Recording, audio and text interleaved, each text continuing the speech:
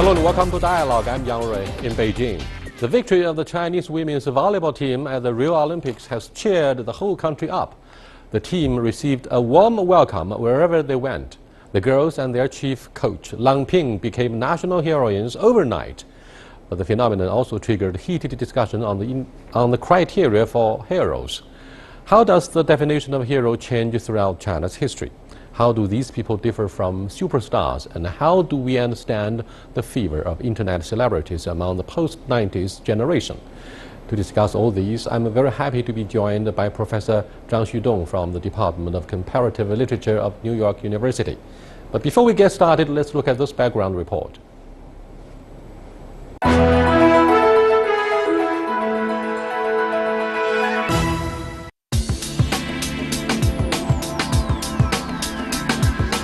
Well, for me, heroes are those who have the greatest care for humanity.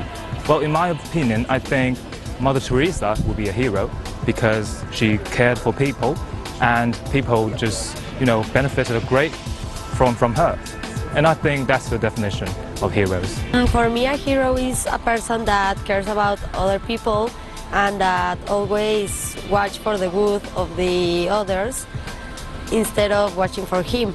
Hero for me, in my eyes, is a person that can give somebody else without accepting to get anything else back, even if he has nothing. That's a hero.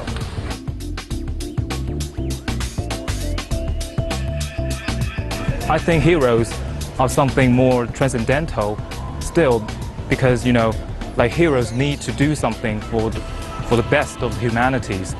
And if you are just a superstar, you don't necessarily have to sacrifice that much, and you don't necessarily have a big heart as a hero does. I think a hero doesn't want to be recognized.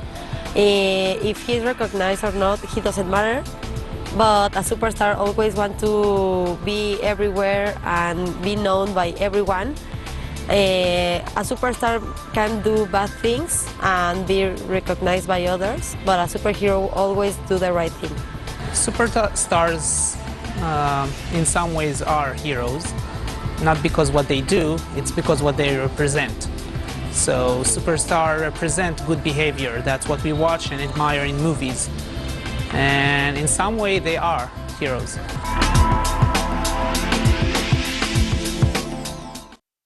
Welcome to Dialogue, Xudong. Good to be back. For starters, what's your definition about heroes or heroism?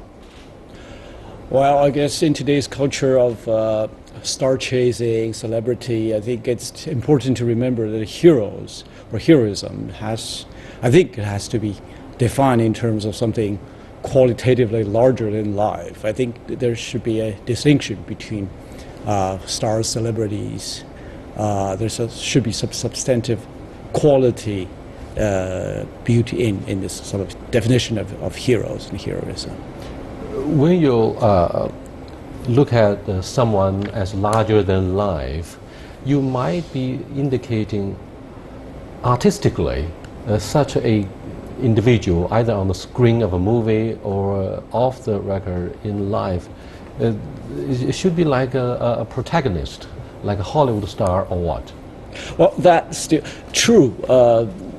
When you talk about something larger than life, you also talk about something like the representation of something larger than life. It's very hard to drive a distinction between the two. But nevertheless, I think beyond the representation, images, that is... What are the virtues for being a hero? Self-sacrifice, unimaginable effort, strength, endurance, ideal and idealism, bravery, responsibility. Absolutely, these are the things that put you to test.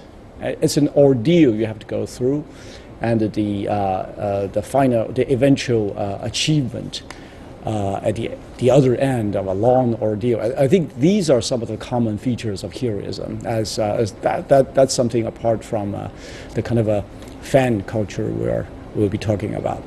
How can we better understand the spirit of heroism as exemplified by Superman and Spider-Man in American culture, and the collective heroism of Chinese people? Is there, in fact, any link whatsoever? Yeah, of course. I guess we're talking about popular culture. I guess Superman, these kind of American cinematic images and icons, they do possess some kind of larger-than-life qualities. Save the world, self-sacrifice, and so forth. But I think it's mainly contained within the domain of consumption, daydream, pleasure, enjoyment. I think it's American culture does a great job in delivering something completely harmless. What do you mean by harmless? Contained within the domain of enjoyment and the pleasure, I think, without necessarily referring to those kind of eventual battle between life and good and evil. Although thematically, these stories usually involve some kind of a notion of evil and the conquest of evil by the good. And I wonder if you have gone to the cinema and look at the latest release of the Hollywood movie Jason Bourne, in which head of CIA was portrayed as the villain, as opposed to an ordinary guy, or sometimes the president of the White House could also be portrayed in a negative way. What do you think of the Hollywood approach in portraying the idea or perception of, or shaping the perception of hero? I think it plays a very, very important role globally in across cultural spheres. Hollywood plays a very, very important role. But the kind of a villain figure, yeah, I'm a fan of the Jason Bourne series. I've seen all the past films, Jason Bourne films, and I'm looking forward to seeing the new one. But I would hesitate to call the film figures like Jason Bourne heroes. I mean, they are just action heroes, action figures rather. Heroes, I think, I hope this is not sort of changed the game completely. In my mind, in American culture, for instance, heroes should be, I think, are supposed to refer to something like Lincoln or Washington, or in a sort of more ordinary contexts, great inventors like Thomas Edison, or those are heroes. They are inspiring concepts and images and stories and narratives that offer a nation something to look forward to. Whereas action heroes, movie stars, those kind of things you just referred to, are practically for people's entertainment. They do enjoy sort of living through this kind of imagined pursuit of some kind of personal integrity, or to see justice done, to see sort of someone wronged, eventually being rectified, and so on and so forth. They offer pleasure. But heroes, I think, stand to inspire and to elevate your life, your idea of life to a different level. So I think there's a clear line between that. It seems you have summed up the definition about a hero like this. It's someone who sets good example for social responsibility, who has made tremendous contributions to nation making, and who has set a very good example for morality, so on and so forth, and therefore become a powerful source of inspirations for the ordinary rank and file. But do we have a universal standard to judge whether this is a hero or not? Yes and no. There's always something universal in heroes and heroisms, because true heroes, they do not only save a nation or save a tribe or sacrifice for a culture or religion, those collective roles. These are really extremely important roles to play, but true heroes always contribute to our understanding of the human, or what it is to be human, because they tell us, they show us that there are individuals who go through this kind of ordeal, those kind of tests, and rise to the challenge, meet the challenge, and eventually overcome those hardships or difficulties. So in that particular sense, they are larger than life. It's not because they possess some kind of good fortune or Superman-like qualities, but rather they may start as ordinary folks like you and me. But through the test, they become something else. I think we as individuals do enjoy that kind of transformation, which shows the potential of the human in its ordinary form. That part, I think, is universal. Across religious traditions, across civilizational narratives, we see a common feature in hero and heroism. Given the cultural diversity, it will be very difficult to use Yes. a universal standard in judging Absolutely. whether we have someone who can Absolutely. universally accepted by the For whole instance, world. some of the Hollywood action heroes may be pretty off-putting to people in different cultures. They may be too pompous, too bloodthirsty, or too full of For example, themselves. James Bond, who bombed the whole city of Moscow, would be definitely viewed by Russians as a villain. Yeah, they do violate national sensibilities. Now, Xudong, we sometimes. introduced this subject matter about the definition of a hero or heroism in the context of the recent tremendous victory of Chinese women's volleyball team in the Rio Olympics. Overnight, the whole nation was brought to its feet, roaring, Yes. cheering the whole country up. And these women are called national heroines. But it's a little bit controversial, isn't it, that you cannot judge one by his or her success or failure. Is that the case? Yes, I think it's a very interesting phenomenon.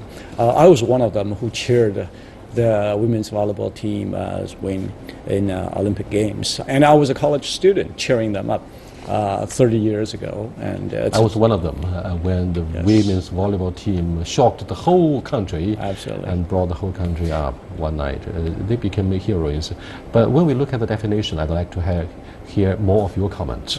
I think this time around, I want to put a contextual note on this. I think what's different from what we experienced 3 years ago is that this time around, Chinese TV audience show in comparative terms, something calmer. They just enjoy the games. They truly appreciate women volleyball players' effort. They started in the Olympic Games in a kind of a mediocre, disappointing way. They lost several times in the preliminary matches. And people complained, people were disappointed, but nobody was too harsh on them. They view winning and losing as something normal in those kind of high-level competitions. But when the women's volleyball team performed better and better, the whole nation became so excited, but not necessarily in any sort of a super nationalistic way. There's always a fair amount of patriotism, of course, but compared to 30 years ago, I think it's less loaded. It's just enjoyment. We marvel at women basketball teams' achievement, to be sure, but we no longer put too much in this victory, seeing it as a sign of the whole nation's victory or accomplishment or indication of what we can do, what we cannot do. There's still something like that, but of less degree. Let's look at the story of Michael Phelps, truly a national hero for not only athletes of the Rio Olympics, but for the whole world, given his track number of gold medals in the pool. However, he had been wrestling very hard with the issue of addiction. He was on drug, but eventually he was able to extricate himself from the addiction and overcame himself and therefore continued to succeed and prevail in the pools, in the Rios and other Olympic Games. Likewise, we see the road of success for Lang Ping, coach of the Chinese women volleyball team, as an unusual one. She refused to be a government official and decided to went into self-imposed exile in the United States, leading a very simple life, in sharp contrast with the alleged success of her volleyball teammates, such as Sun Jianfang and others who were working for different levels of the government, following their their huge success in different competitions the world over. What do you think of the unique charm of her story in the context of giving a definition to heroism? Well, I was surprised to hear that Phelps was also a drug. I thought he was again, I think Phelps is one of those really, really high-achieving, successful athletes, but I wouldn't call him a hero. But again, that might be my very narrow definition of maybe of just hero. an iconic image for Exactly, those who yeah. are crazy about swimming. Someone who defines success or achievement as that Jamaican sprinter, Bolt. He could be viewed as a hero, but only in a very loose sense of the term. But that's a separate issue. I think Lang Ping's story is indeed very inspiring, very interesting. But in a way, I think her story is also generic in the sense that there's a whole generation of Chinese who went through similar trajectories. People like you or me, who went abroad, who had almost a self-imposed exile, with some kind of a real or imagined exiles return down the road. In the meanwhile, they continue to consider themselves Chinese, and they love their country. They want to contribute to the national development, but not necessarily as those generic obedient cog workers within the machine. You mentioned Jason Bourne. I think part of American heroes, action heroes' charm is that while fighting evil, fighting villains, they are also fighting their own institutional frame, the bad boss, the entire system, bureaucracy. They are fighting a war on both fronts. And those kind of action heroes usually possess this kind of a charm, because that's something we all experience. Perhaps a hero is someone who is able to transcend the confines of conventional wisdom, exactly, challenging the limits of human nature. They do not conform to normalcy. There's always something more, or the crowd. Heroes always are individual heroes. I guess that's something that goes without saying. Thank you very much. You are watching Dialogue with Professor Zhang Xudong with the Department of Comparative Literature of New York University. We're discussing implications of a hero and impact of cyber celebrity in the age of digital technology. We'll be back in a short while. Please stay with us.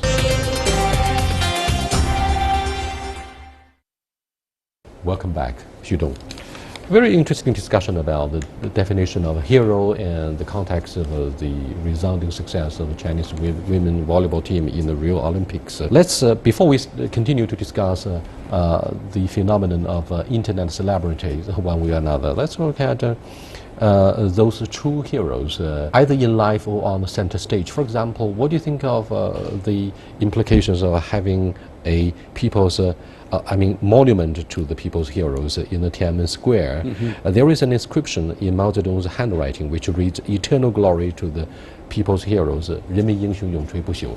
And these heroes are just ordinary war dead, those who were killed in wars fighting for independence of our nation, founding of the PRC, and perhaps also included the martyrs who were prosecuted during the years of upheavals following the liberation and the founding of the PRC in 1949. What do you think of the message that this monument to the people's heroes delivers?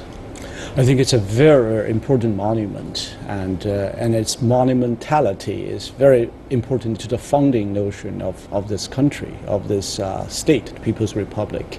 Each time I passed through Tiananmen Square, when I saw the monument, I did not see it as a pure sign of propaganda or a state-imposed, this kind of a monument, but rather it's a potent reminder of the countless, nameless heroes who sacrificed their lives for the building of this country. Remember, in the inscription in the back, it's in memory of the heroes since the People's Liberation War, referring to the Civil War, to the Sino-Japanese War, resistance to foreign imperialism, and in memory of heroes ever since 1840, the Opium War. So it's in the name of all the heroes are dying for their country. I think it's a very potent reminder. The People's Republic, I think, is very conscious about setting itself apart from this long continuity of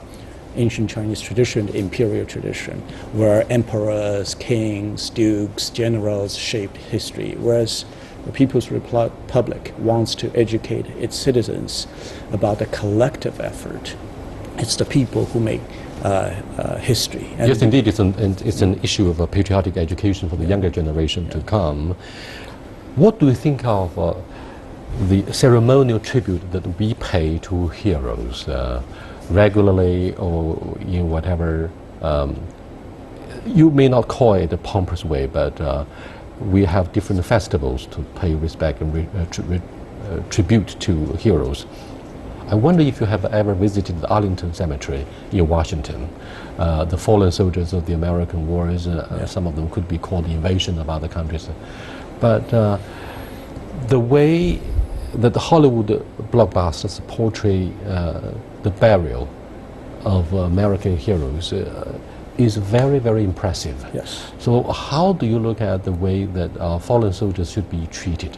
Yeah, or no, those who, even POWs. I mean, we used to Yes. treat them so badly. Yes. Today we are reflecting seriously upon what went wrong with our approach and treatment of those soldiers who risk their lives fighting for the dignity and independence of their country. Yeah. No, I haven't personally visited Arlington Cemetery, but I've seen it so many times on movies, on big screen, on TV.